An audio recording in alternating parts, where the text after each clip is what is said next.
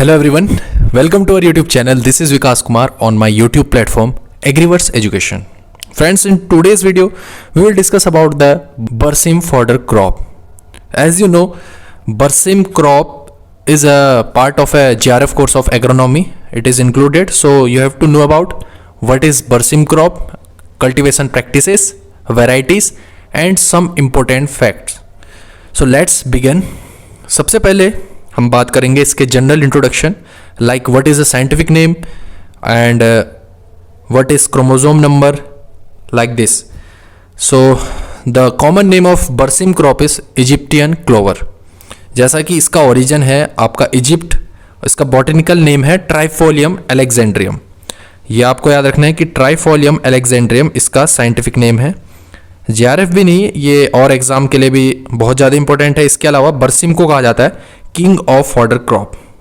Fodder crop में इसको king कहा जाता है. देखो कॉन्सेप्ट होता है एक, हम किसी क्रॉप को हम बोलते हैं king of spices, king of grain crops and queen of fodder crop, ऐसे हम टर्म्स यूज़ करते हैं. तो देखो यहाँ पर मैं ये चीज़ क्लियर कर देता हूँ कि किंग वर्ड का यूज़ किया जाता है कि जिसका प्रोडक्शन ज़्यादा होता है.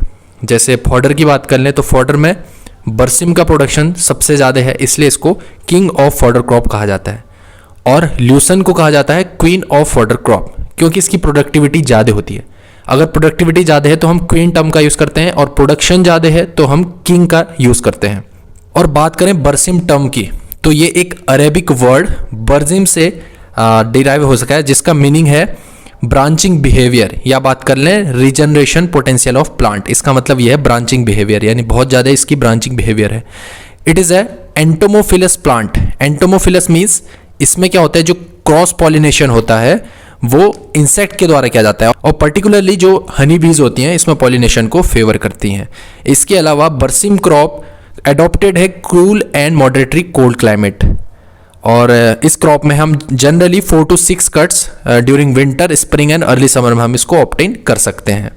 इसके अलावा ट्राइफोलियम अलेक्जेंडर के जो मॉर्फोलॉजिकल फीचर है उसको हम देख लेते हैं कि इसकी जो हाइट रहती है ऑलमोस्ट 30 to 60 सेंटीमीटर टॉल रहती है. Erect hairy stems and branches, और इसके लीफ सबसे इंपॉर्टेंट, इसके लीफ होते हैं ट्राइफोलिएट, तभी इसका नाम भी क्या है ट्राइफोलियम अलेक्जेंड्रियम. तो ये आपको याद रखना अल्टरनेट मैनर में होती हैं. Membranes and visible green nerves. इसके अलावा ड्राई मैटर बेसिस पे इसके न्यूट्रिशनल वैल्यू की बात करें, न्यूट्रिशनल वैल्यू हम क्यों देख रहे हैं बर्सिम के जो ड्राई मैटर है उसके बेसिस पे क्यों देख रहे हैं, क्योंकि एक फॉडर क्रॉप है, इसको हमको एनिमल को खिलाना है. तो इसमें क्रूड प्रोटीन होता है 17 to 22%. इसके अलावा एनडीएफ यानी कि न्यूट्रल डिटर्जेंट फाइबर और एसिड डिटर्जेंट फाइबर. होता क्या है ये, देखो जो न्यूट्रल डिटर्जेंट फाइबर है और एसिड डिटर्जेंट फाइबर है, इससे हम क्रूड फाइबर का हम एस्टिमेशन करते हैं. एनडीएफ में हम लिग्निन, हेमीसेल्यूलोज और सेल्यूलोज का कंटेंट हम निकालते हैं, और जो आपका एडीएफ है, एडीएफ में हम सेल्यूलोज और लिग्निन का कंटेंट निकालते हैं. इसके लिए सॉल्यूशन बनाते हैं जिसको हम बोलते हैं न्यूट्रल डिटर्जेंट सॉल्यूशन और एसिड डिटर्जेंट सॉल्यूशन. तो इसमें क्या करते हैं, जो फॉडर है उसको बॉईल किया जाता है, उसके बाद एस्टिमेशन किया जाता है. इसके अलावा सेल्यूलोज कंटेंट की बात करें तो 24 to 25%, and hemicellulose content है 7 to 10%. तो आपको याद रखना है क्रूड प्रोटीन, एनडीएफ और एडीएफ की वैल्यू. चलिए, अब एनवायरमेंटल कंडीशन क्या होनी चाहिए अगर हम बर्सिम की क्रॉप का प्रोडक्शन कर रहे हैं. पहले भी हमने बताया कि कूल क्लाइमेट या मॉडरेटली कूल क्लाइमेट इसको फेवर करती है बर्सिम के प्रोडक्शन के लिए, और ऑप्टिमम टेम्परेचर है 25 डिग्री सेंटीग्रेड या 25 to 27 डिग्री सेंटीग्रेड तक अगर टेम्परेचर है तो वेजिटेटिव ग्रोथ इसमें बहुत अच्छी होगी.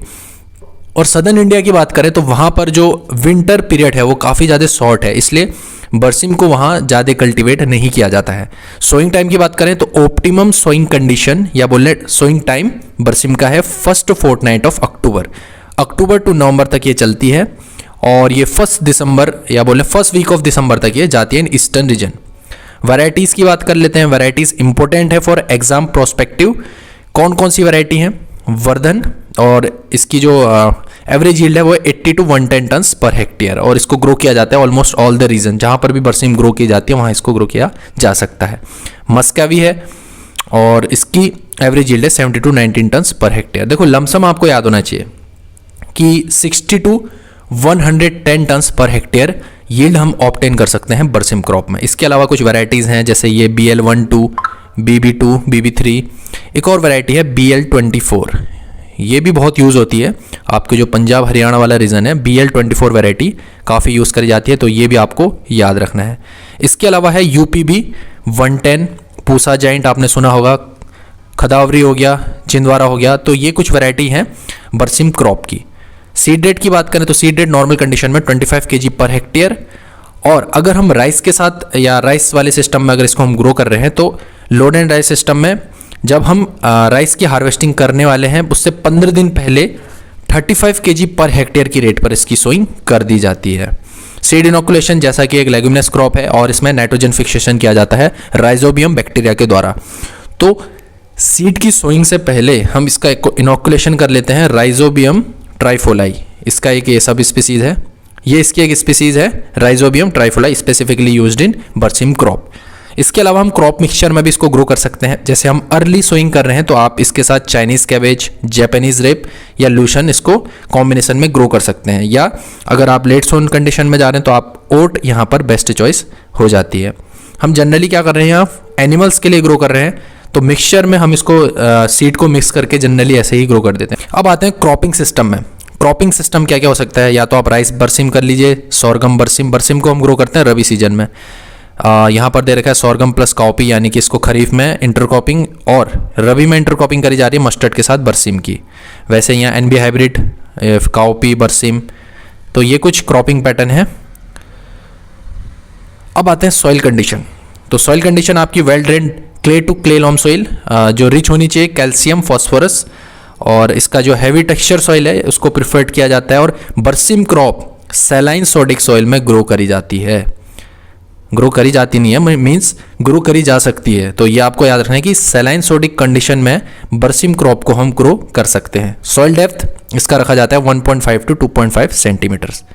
एक थंब रूल होता है, आपको पता होना चाहिए कि अगर हम सोइंग कर रहे हैं किसी क्रॉप की तो जो उसका सीड का डायमीटर होता है उसके 2.5 टाइम्स सीड की या बोल रहे हैं सोइंग की डेप्थ रखी जाती है। तो ये एक थंब रूल है। न्यूट्रिएंट मैनेजमेंट की बात करें तो ये एक नाइट्रोजन फिक्सेशन क्रॉप है, तो इसमें नाइट्रोजन की ज़्यादा जरूरत नहीं होती। फील्ड प्रिपरेशन के टाइम पे 20 turns per hectare as usual जैसे हम FIM डालते हैं, उसके बाद 20 kg nitrogen only per hectare basis sowing के टाइम पे डाल देते हैं। Phosphorus 80 to 90 kg and potassium 30 to 40 kg डाला जाता है। वाटर मैनेजमेंट की बात करें तो 5 kilograms of water is required to produce 1 kg of berseem dry matter.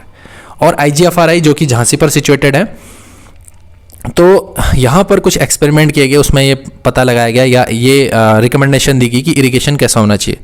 Optimum soil moisture में जो 45 सेंटीमीटर की सॉइल डेप्थ है उस पर 75% ऑफ अवेलेबल सॉइल मॉइस्चर होना चाहिए। Irrigation interval generally 10 to 12 days और नंबर ऑफ इरिगेशन 16 to 18 इतने होने चाहिए। ये है मेन पॉइंट। इरिगेशन रिक्वायरमेंट यानी कि डेल्टा, पूरे क्रॉप पीरियड में कितना उसको वाटर की रिक्वायरमेंट होगी, 7-10 mm। चलिए यहाँ पर एक क्वेश्चन आता है कि कौन सी ऐसी क्रॉप है जिसमें सबसे ज़्यादा वाटर की रिक्वायरमेंट होती है या डेल्टा की रिक्वायरमेंट होती है। तो आप इस क्वेश्चन का आंसर हमारे कमेंट सेक्शन में जरूर अटेम्प्ट करिएगा। और वाटर यूज एफिशिएंसी जनरली इसमें होती है 22 kg dry matter per hectare पर mm। और ग्रेन क्रॉप की बात करें तो आपका जो फिंगर मिलेट है उसमें होती है 13.4 kg पर हेक्टेयर पर mm। तो वो सबसे ज़्यादा होती है। अगर ग्रेन क्रॉप की बात करें तो फिंगर मिलेट में वाटर यूज एफिशिएंसी ज़्यादा होती है। वीड मैनेजमेंट में जैसा कि ये जो हमारी बरसिम क्रॉप है तो इसमें एक वीड लगती है चिकोरी, चिकोरियम इंटाइबस उसका साइंटिफिक नेम है, उसको कासनी भी बोलते हैं और चिकोरी भी बोलते हैं। तो ये सबसे ज़्यादा ऑब्जेक्शनल वीड है। तो इसके मैं बात बता देता हूँ कि इसका ट्रीटमेंट कैसे करना है। स्टार्टिंग में जब हम सोइंग कर रहे होते हैं उससे पहले हमको 10% सॉल्यूशन ऑफ कॉमन सॉल्ट में ट्रीटमेंट किया जाता है सीड्स का। और जो सीड बरसिम की सीड होती हैं वो ओवल शेप्ड होती हैं। मैं दिखा देता हूँ आपको, मैंने पहले एक स्लाइड में ऐड किया था ये। तो जो आप देख रहे हैं ये बरसिम की सीड जो होती है वो ओवल शेप्ड होती है, और आपकी जो चिकोरियम की सीड होती है वो थोड़ी कोनिकल लाइक होती हैं। ये देख रहे हैं, ये है कोनिकल शेप्ड सीड ऑफ चिकोरियम इंटाइबस। और इसके अलावा हम और भी टेक्निक्स को यूज़ कर सकते हैं, जैसे कि हम नॉर्मली पानी में उसको सीड फ्लोट टेक्निक के तहत उसको हम अलग कर सकते हैं जो आपकी चिकोरियम के सीड है। क्योंकि चिकोरियम के सीड क्या होता है, लाइट होते हैं डेंसिटी में, तो वो फ्लोट करते हैं ऊपर, उनको आसानी से हम निकाल कर सकते हैं।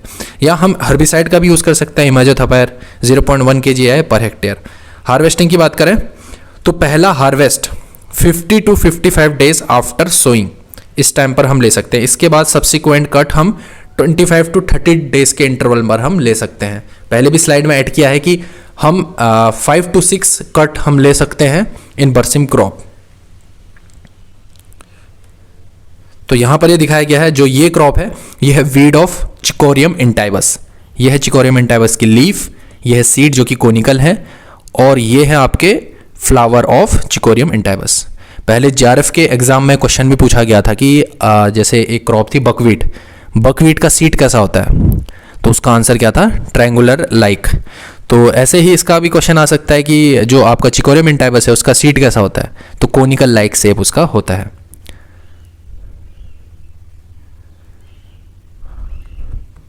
तो दोस्तों ये था बरसिम के बारे में। आई होप इसमें सारे जितने एस्पेक्ट हैं बरसिम के वो कवर हो गए होंगे, और आई होप ये आपको हेल्प करेगा आपके एग्जाम में। तो दोस्तों आज के लिए बस इतना ही, मिलता हूं आपसे next time. Till then tata bye bye and take care.